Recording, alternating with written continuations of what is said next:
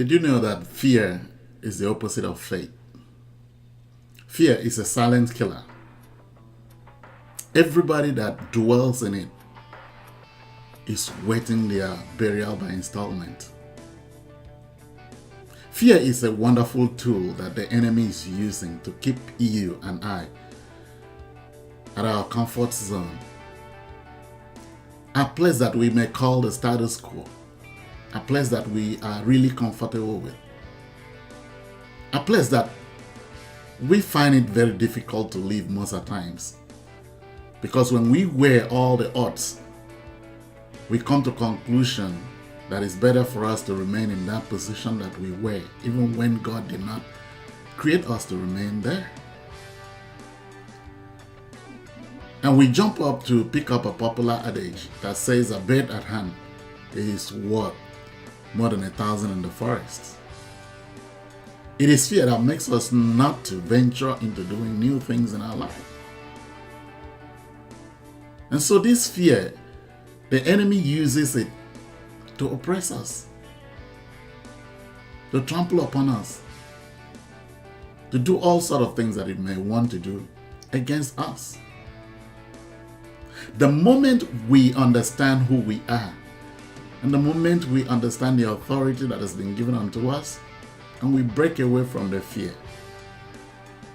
you begin to see yourself excelling, because you will automatically leave your comfort zone. There's a wonderful story in the scripture that is so wonderful that 3 out of the 4 gospels do carry these stories. But I love the one that comes out of Luke. Why? Because Luke was a medical doctor and he did understand exactly what was going on here. And that is found in Luke Gospel chapter number 8, verses 40 down to 48. About that woman with the issue of blood. The scripture tells us that this woman spent all her money on doctors and no one could find a way to healing her, to curing her. She was a good example of someone who was to remain at a comfort zone because it was okay. After all, no doctor could cure me. So it's okay, let me live by my faith. That is the way God designed for me to be. My healing is not supposed to come because nobody knows anything. To crown it all up, the Jewish tradition and their laws, their custom, demanded that such a woman need not be seen amongst the people. Why? Because she was considered to be impure, unclean. If they by any means find this woman mixing along with the other people on the streets, she stood the risk of being stoned to death. Not only that, for a woman to touch a man that is not her own husband in that custom was a serious crime. So this woman was living in that condition for quite a time. Luke tells us that this woman had this problem for good 12 years. 12 years was time long enough for one to just resign to fate. Say, well, that is my position. Well, my tradition demands that I do not go outside, but I live in a place, a secluded area by myself, because I'm not worthy of mixing with real people, because I am not real. I am not clean. And then came this wonderful day when Jesus was walking past that place, that area. This woman heard the story and said, today, I'm going to walk out of my comfort zone. I'm going to break away from this position that I've been for years. I'm going to move and do something for myself. I could hear the voice of fear telling her, do you know what you are about to do? If you step out, they are going to stone you to death. If you dare walk into the crowd and they see you, if they spot you out, you are a dead person. Don't you remember that you are stinking? When you walk around, there is no way you are going to disguise yourself. Because everybody is going to turn around when they perceive the odor that you are going to bring out, the stench of your clothes. And so it will be much easier for them to spot you out. So don't ever try that. I can at the same time visualize this woman saying, this moment I'm going to drop my fear. If it means dying, I'm ready to die. Let me take up this walk. It reminds me of a popular adage that life begins at the end of your comfort zone. What is that fear in your life that the enemy is using against you? What is that comfort zone of yours that you don't want to try anything? You don't want to take risk in life. You feel that it is more risky for you to step out.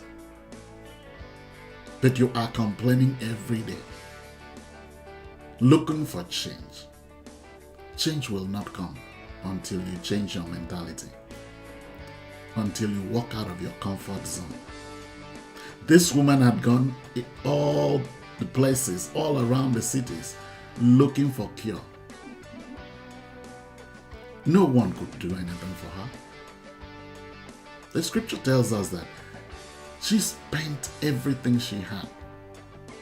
And if the scripture says everything, it means everything. She had nothing. Nothing worked out for her as long as she was still remaining at that comfort zone, that place of preserving her life so that nobody will stone her to death. But the change immediately came the moment she decided to throw off that garment of comfort zone. She said, I'm ready to die. If it means me dying, so be it. She walked out and went into the crowd. Not only going into the crowd, but she did another abominable thing in the eyes of the Jews and their tradition of that day. She stretched forth her hands to touch a man that was not her husband. She did, yes, because that was what prompted Jesus Christ to ask, who touched me? But come to think of it, why was her touch more important or different than the other touches? Because I know the crowd was pushing in, just like the disciples told Jesus. People are pressing on every side to see you, so they are touching you. But definitely this woman's touch was a different touch. Why? Simply because she moved out of her comfort zone. Because she came with a different heart. Because she came not minding what was going on. It was her heart that spoke better than what she did. That was why Jesus noticed. So the moment you and I decide to walk out of our comfort zone and stretch forth our hands to touching the man, the only one that can make the difference in our lives, is going to speak volume concerning the next position that we are going. Once you break away from your comfort zone, definitely you are walking into your promotion, because that is exactly what happened to this woman. The scripture tells me that the issue of blood stopped immediately because she touched what was meant by her tradition not to be touched by her. Because she broke away, she left the place that was meant for her to stay. Her comfort zone, the place she knew for the past 12 years, until she made the difference concerning her mentality, concerning her thought process, concerning everything she did. Won't you stop today and begin to take stock of your life? Look at what is that comfort zone of yours. Look at that position that you are, that you feel you are more comfortable there. You don't want to take any risk. You don't want to go anywhere. You don't want to do anything. And you remain there Don't allow the people to use your situation to define you. Don't allow your situation, your condition to define you. But define your condition. Define your situation by walking out of your comfort zone. Don't just walk out into a vacuum, but walk out to the man that can make the difference in your life. And that man is Jesus Christ.